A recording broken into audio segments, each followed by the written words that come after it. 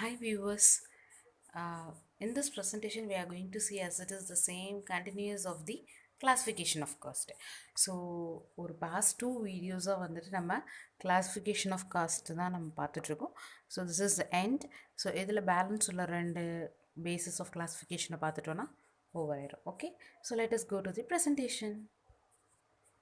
Okay, so in past presentations we have seen regarding the nature, relation to cost center, functions, behavior, management, decision making. So in this presentation we are going to see the production process and time. Okay, so cost classification by production process. This basis of cost classification is significantly applicable in the manufacturing industries or factories where goods are produced. So production process, அந்த production process manufacturing factories இல்லை இண்டஸ்ட்ரீஸில் நடக்கக்கூடிய அந்த production ஏரியாவில் சில செலவுகள் ஏற்படும். அந்த manufacturing ஏரியாவில் நடக்கக்கூடிய செலவுகள்ன்ற கேட்டகரியில் வந்துட்டு என்ன பண்ணுறாங்க, காஸ்ட்டை வந்து பிரிக்கிறாங்க அப்படின்றத சொல்கிறாங்க. ஸோ எல்லா all production or manufacturing activities involve different types of cost. So எல்லா ப்ரொடக்ஷன் இல்லாட்டினா மேனுஃபேக்சரிங் ஆக்டிவிட்டீஸில் என்னென்னா நிறைய டைப்ஸ் ஆஃப் காஸ்ட் வந்து இன்வால்வ் ஆகும். ஸோ அவங்களோட நேச்சருக்கு ஏற்ற மாதிரி என்ன பண்ணுறாங்க, ப்ரொடக்ஷன் ப்ராசஸில் நடக்கிறதுனால அந்த ஏரியாவில் நடக்கக்கூடிய அந்த நேச்சரை வச்சு பிரிக்கிறாங்க. Okay, so cost classification by production process there are 6: batch cost, process cost, operation cost, operating cost, contract cost, and joint cost. So let us see one by one in detail. So batch cost. So batch cost அந்த பேலே தெரியும், batch by batch production பண்ணுற எல்லா பொருட்களுமே ஒவ்வொரு பேட்ச்க்கும் தனித்தனியாக எவ்வளோ செலவாச்சு அப்படின்னு கண்டுபிடிக்கிறது தான் பேட்ச் காஸ்ட் அப்படின்னு சொல்கிறாங்க. So the cost incurred while producing a whole lot comprising of identical products or batch is known as a batch cost. Each batch differs from the other and the units lying under a batch are identified by the batch number.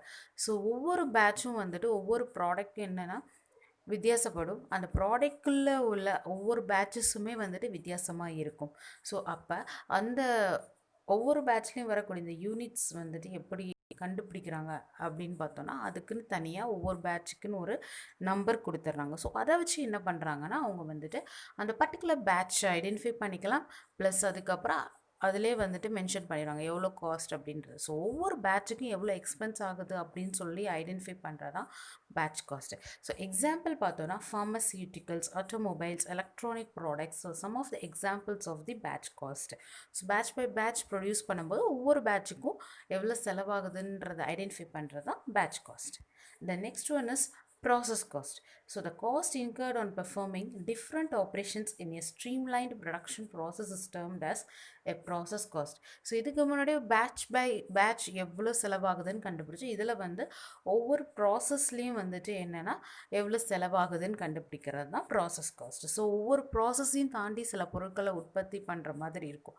அந்த மாதிரியான பொருட்களுக்கு என்ன பண்ணுற போகிறோன்னா ப்ராசஸ்க்கு ஒவ்வொரு ப்ராசஸ்க்கு நம்மளுக்கு எவ்வளோ ஒரு யூனிட்க்கு செலவாச்சு அப்படின்றத கண்டுபிடிக்கிறதா process cost. So by dividing the total cost of a process with the number of units produced we can derive the process cost of a single unit or product. அதாவது டோட்டல் ஒரு ப்ராசஸில் வரக்கூடிய டோட்டல் காஸ்ட்டை வந்துட்டு என்ன பண்ணுறோன்னா டோட்டலாக அந்த ப்ராசஸில் எவ்வளோ ப்ரொடியூஸ் பண்ணோமோ divided by number of unit produced. So total cost of a process divided by number of units produced. அதாவது அந்த ப்ராசஸில் ஆன மொத்த செலவு டிவைடட் பை ஒரு யூனிட்க்கு வந்து டோட்டலாக எத்தனை யூனிட் ப்ரொடியூஸ் பண்ணியிருக்கோம் டிவைட் பண்ணால் ஒரு யூனிட்டுக்கு எவ்வளவு நம்ம வந்து அந்த பர்டிகுலர் ப்ராசஸில் செலவாச்சு அப்படின்றது நம்மளுக்கு கிடச்சிரும் அப்படின்றத சொல்கிறாங்க. ஸோ ஒவ்வொரு ப்ராசஸ்க்கும் நம்ம எவ்வளோ செலவாச்சுன்னு ஐடென்டிஃபை பண்ணுறது தான் ப்ராசஸ் காஸ்ட் அப்படின்னு சொல்கிறாங்க. தென் நெக்ஸ்ட் ஒன் பார்த்தோன்னா operation cost. So the cost involve in a particular business function contributing to the production process is known as a operation cost. So வந்துட்டு ஒரு பர்டிகுலர் பிஸ்னஸ் ஃபங்க்ஷனில் வந்துட்டு என்ன பண்ணியிருக்காங்க, ப்ரொடக்ஷன் ப்ராசஸ் கான்ட்ரிபியூட் பண்ணுறாங்க. So அந்த contribute பண்ணுறது வந்துட்டு அதுக்கு எவ்வளோ செலவாகிருக்கு அப்படின்றது தான் ஆப்ரேஷன் காஸ்ட் அப்படின்னு சொல்லிட்டு சொல்கிறாங்க. It helps in regulating the mechanism of business activities by monitoring the cost incurred on each business operation. அதாவது ஒவ்வொரு ஆப்ரேஷன்ஸ் பண்ணும்போது அவங்க பர்டிகுலர் எக்ஸ்பென்சஸ் பண்ணுறாங்க. அப்படி பண்ணும்போது அப்போ நம்ம வந்து அந்த ஆக்டிவிட்டீஸை வந்து மானிட்டர் பண்ணுறதுக்கு ரொம்ப ஹெல்ப்ஃபுல்லாக இருக்குது. எதில் அதிகமாக செலவாயிருக்கு, எதில் கம்மியாக செலவாயிருக்குன்றதை ஐடென்டிஃபை பண்ண முடியுது. இன்னும் சொல்லப்போனால் இது ஒரு டே டு டே வந்துட்டு ஒரு ஆப்ரேஷன் டே டு டே எவ்வளோ செலவாயிருக்குன்றதை ஐடென்டிஃபை பண்ணுறது தான் ஆப்ரேஷன் காஸ்ட் அப்படின்றத நம்ம சொல்லலாம். நெக்ஸ்ட் வந்து பார்த்தோன்னா operating cost. So operating cost refers to the day to day expenses incurred on an organisation to ensure uninterrupted functioning of the business. So operation cost இந்த sense ஒரு business operation, ஒரு business ஆக்டிவிட்டியில் எவ்வளோ expense ஆகியிருக்கு daily அப்படின்றத பார்க்குறது தான் operation cost. Operating காஸ்ட்னால் என்னென்னு பார்த்தோன்னா day to day expenses, actual expenses எவ்வளோ பண்ணுறோம், அந்த பிஸ்னஸ் வந்து எந்த ஒரு தடையும் இல்லாமல் கண்டினியூஸாக நடக்கிறதுக்கு நம்ம என்னெல்லாம் பண்ணுறோமோ அதை தான் வந்துட்டு ஆப்ரேஷன் காஸ்ட் அப்படின்னு சொல்கிறாங்க, operating cost. Next, contract cost. The cost of entering into a contract with a buyer or seller by mutually agreeing to the terms and conditions so mentioned is called a contract cost. Contract அந்த நேம்லே தெரியும், maximum வந்துட்டு கான்ட்ராக்டாக எடுத்து பண்ணக்கூடிய வேலைகள் எல்லாத்துக்குமே அந்த particular business, அந்த particular ஒரு கான்ட்ராக்டுக்கு எவ்வளோ செலவாகும்னு சொல்கிறது தான் வந்துட்டு கான்ட்ராக்ட் காஸ்ட்டு. பிரிட்ஜ் கன்ஸ்ட்ரக்ஷன்ஸ் இல்லாட்டினா வந்துட்டு கன்ஸ்ட்ரக்ஷன் ஆஃப் ஹவுஸ் எல்லாமே வந்துட்டு கான்ட்ராக்டில் தான் பண்ணுவாங்க. ஸோ அப்போ அதுக்கெல்லாம் என்ன பண்ணுறாங்கன்னா அந்த ஒரு கான்ட்ராக்டே எவ்வளோ எக்ஸ்பென்ஸ் ஆகுது அப்படின்றத அவங்க வந்து சொல்லுவாங்க. So it includes bidding contract, price escalations contract, tenders எல்லாமே. இந்த எல்லா கான்ட்ராக்ட்டுமே என்ன பண்ணுவாங்கன்னா எவ்வளோ செலவாகும் அப்படின்றத அவங்க சொல்லிடுவாங்க. நெக்ஸ்ட் லாஸ்ட்னு பார்த்தோன்னா joint cost. Joint cost in the sense to the combined cost involved in the production of two or more useful products simultaneously is known as the joint cost. அதாவது ப்ரொடக்ஷன் பண்ணும்போது 2-3 தேவையான பொருட்களை வந்து யூஸ் பண்ணி நம்ம வந்துட்டு என்ன பண்ணுறோம், ப்ரொடியூஸ் பண்ணுறோம். அப்போ ரெண்டுமே ஒரு ப்ராடக்ட் தான். அதை யூஸ் பண்ணி இன்னொரு ப்ராடக்ட் இது பண்ணும்போது, ரெடி பண்ணும்போது என்னென்னா 2-3 ப்ராடக்ட்டை வந்துட்டு ரா மெட்டீரியலாக வச்சு ரெடி பண்ணும்போது நம்மளுக்கு வரக்கூடிய அந்த எக்ஸ்பென்சஸ் எவ்வளவு அப்படின்னு கண்டுபிடிக்கிறது தான் ஜாயிண்ட் காஸ்ட் அப்படின்னு சொல்லுவோம். ஃபார் எக்ஸாம்பிள் வந்துட்டு the cost of processing milk to get cottage cheese and buttermilk. அதாவது மில்க்கு ப்ராசஸ் பண்ணும்போது நம்மளுக்கு சீஸ் கிடைக்குது, பட்டர் மில்க்கும் கிடைக்குது. அப்போ 2 முக்கியமான மூலப்பொருட்கள் கிடைக்கிறதுக்கு நம்மளுக்கு எவ்வளோ செலவாகுது அப்படின்னு கண்டுபிடிக்கிறது தான் ஜாயிண்ட் காஸ்ட் அப்படின்னு சொல்கிறாங்க. ஸோ இதில் வந்துட்டு cost classification by production process டாப்பிக்கில் batch cost, process cost, operation cost, operating cost, joint cost, contract cost இது எல்லாமே பார்த்து முடிச்சாச்சு. So next we are going to see cost classification by time. So the nature, importance and liability of a cost vary as per the time it takes place or has been assessed. அதாவது அதோட nature, இதோட முக்கியத்துவம் பொறுத்து, அதுக்கு உள்ள liability of the cost பொறுத்து என்ன பண்ணுறாங்கன்னா டைம்க்கு ஏற்ற மாதிரி அந்த காஸ்ட் கிளாஸிஃபிகேஷன் மாறுறதுக்கு வாய்ப்புகள் இருக்குது. அந்த நேரத்துக்கு ஏற்ற மாதிரி காஸ்ட் கிளாஸிஃபிகேஷன் மாறுறதுக்கு வாய்ப்புகள் இருக்குது அப்படின்னு சொல்கிறாங்க. ஏன்னா இன்றைக்கி உள்ள ரேட் வந்துட்டு நாளைக்கு இருக்காது, இதை விட அதிகமாக தான் இருக்கும். ஸோ அப்படி காலத்துக்கு காலம் மாறிக்கொண்டுட்ருக்கப்ப கண்டிப்பாக காலத்துக்கு பொறுத்து ஒரு காஸ்ட் கிளாஸிஃபிகேஷன் கண்டிப்பாக இருக்கும். ஸோ அது என்னென்னு நம்ம பார்ப்போம். Historical cost, predetermined cost, standard cost and estimated cost. So இதில் மோராலெஸ் predetermined, standard cost, estimated cost எல்லாமே சிமிலராக தான் இருக்கும். ஸோ ஹிஸ்டாரிக்கல் காஸ்ட் அவ்வளோ மேக்ஸிமம் சொன்னால் ஒன்று ஹிஸ்டாரிக்கல், ஒன்று ஃபியூச்சர் காஸ்ட், இந்த மாதிரி 2 தான் இருக்கும். So we are going to see one by one.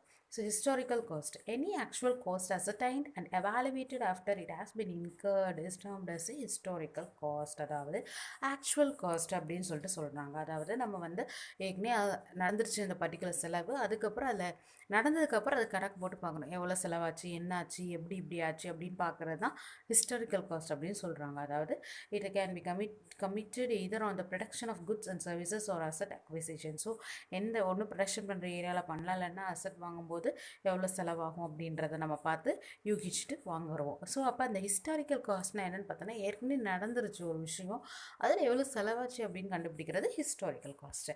Next predetermined காஸ்ட்னா the cost which can be identified and calculated before the production of goods and services based on the cost factors and data is called a predetermined cost. அதாவது ஒரு production process பண்ணுறதுக்கு முன்னாடி அந்த particular ப்ராசஸில் எமக்கு எவ்வளோ வந்துட்டு செலவாகும் அப்படின்னு சொல்லிட்டு அதுக்கு பேஸ் ஆகக்கூடிய சில காஸ்ட் ஃபேக்டர்ஸ், அதாவது ரா மெட்டீரியல், மெஷின்ஸ் அந்த மாதிரி யூஸ் பண்ணுறோம்.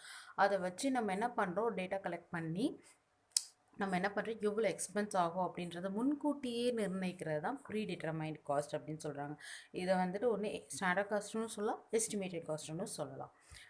Next standard cost. So அதே தான் an actual cost which is predetermined as per certain norms and guidelines to provide as a base for the cost control is termed as a standard cost. அதாவது நம்ம வந்து actual cost வச்சு ஒரு actual cost இருக்குது. So நம்ம முன்கூட்டியே நிர்ணயிக்கிறோம், சில norms and guidelines போட்டு நம்மளுக்கு வந்து ஒரு செலவுகளை கட்டுப்படுத்துறதுக்கு ஒரு ஹெல்ப்ஃபுல்லாக இருக்குது இந்த ஸ்டாண்டர்ட் காஸ்ட். ஸோ அதை தான் வந்து ஸ்டாண்டர்ட் காஸ்ட் அப்படின்னு சொல்லிட்டு சொல்கிறேன். ஆக்சுவலாக இப்படி ஆயிருக்கு, அப்போ நம்ம இவ்வளோ கண்ட்ரோல் பண்ணணும் அப்படின்ற அந்த ஐடியா கொடுக்குறது வந்துட்டு ஸ்டாண்டர்ட் காஸ்ட் ஐடென்டிஃபை பண்ணுறது மூலமாக நம்மளுக்கு அந்த ஐடியாஸ் கிடைச்சிடும் அப்படின்னு சொல்லிட்டு சொல்கிறாங்க.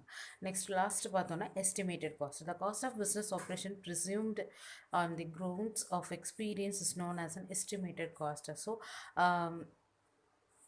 ஒரு பிஸ்னஸ் ஆப்ரேஷனில் நம்ம வந்துட்டு ஃபர்தராக மூவ் பண்ணும்போது சில காஸ்ட் எல்லாம் வந்து எஸ்டிமேட் பண்ணுவோம். It is merely based on assumptions and therefore consider to be less accurate to determine the actual cost. அதாவது இது அசம்ஷன்ஸை பொறுத்து தான் இந்த எஸ்டிமேட் காஸ்ட். அதாவது இப்படி நடக்கும், இப்படிலாம் இருக்கும், இந்த மாதிரிலாம் கண்டிஷன்ஸ் வச்சுருக்கணும் அப்படின்னு ஒரு அசம்ஷன்ஸ் மூலயமா அதுலேருந்து சர்டைன் இவ்வளோ ஆகுமா எவ்வளோ ஆகும் அப்படின்றத நம்ம டிட்டர்மைன் பண்ணுறது தான் எஸ்டிமேட்டட் காஸ்ட் அப்படின்னு சொல்கிறாங்க. So these are all the cost classification under time. So by time la historical cost, predetermined cost, standard cost and estimated cost. So finally இந்த cost classification வந்துட்டு யாருக்கு ஹெல்ப்ஃபுல்லாக இருக்குன்னு பார்த்தோன்னா management, accountants, economist, researchers and many other persons. Because ஏன்னா cost control பண்ணுறதுக்கு என்ன மாதிரியான காஸ்ட் இருக்குது, அப்போ அதெல்லாம் எப்படி ஒன்றுனா தவிர்க்கலாம், அந்த காஸ்ட் எப்படி குறைக்கலாம், இந்த காஸ்ட் எப்படி மேனேஜ் பண்ணலாம் அப்படின்ற எல்லாமே வந்துட்டு இந்த காஸ்ட் கிளாஸிஃபிகேஷன் மூலயமா அவங்களால ஈஸியாக அண்டர்ஸ்டாண்ட் பண்ண முடியல. எல்லாத்தையும் டம்ப்பாக மொத்தமாக ஒரு வெறும் காஸ்ட்டில் போட்டோன்னா எது என்னன்னு தெரியாமல் போட்டு ரொம்ப கன்ஃபியூஸ் ஆகும். இப்போ இது ஒரு கேட்டகரைஸ் பண்ணி பிரிக்கும்போது நம்ம பிரித்து பார்த்து எது தேவையில்லாத செலவுகளோ அதை கட்டுப்படுத்த முடியும், நமக்கு லாபத்தை ஈர்க்க முடியும். So this is the classification of cost. எல்லாருக்கும் கண்டிப்பாக புரிஞ்சிருக்கும்னு நினைக்கிறேன். ஸோ டவுட்ஸ் இருந்தால் கமெண்ட் பண்ணுங்கள், லைக் பண்ணுங்கள், ஷேர் பண்ணுங்கள், மறக்காமல் என்னோடய சேனலை சப்ஸ்கிரைப் பண்ணுங்கள். தேங்க்யூ.